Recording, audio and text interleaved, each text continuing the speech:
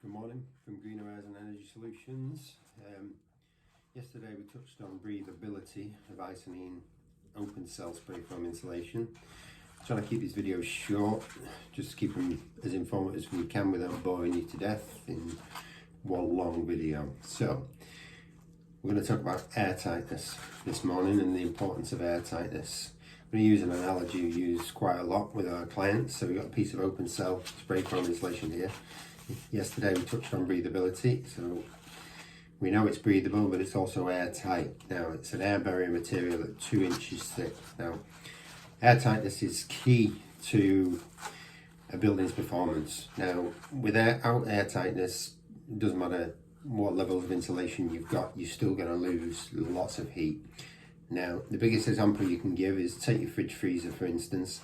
The freezer might be -20, -25 degrees inside. Now it's got perhaps a quarter of an inch to an inch of insulation within the wall of it. Now it manages to retain that cold inside and reject the heat from coming out. And the reason it does this is because it's airtight. Now the minute you prop the door of the fridge open or the freezer open, you can guarantee within 24 hours it will have frosted up around the edges and more than likely gone into auto defrost and turned itself off because it's working too hard. So that's a prime example of airtightness. You know, we don't need to see the fridge wall this thick to stop the heat transfer.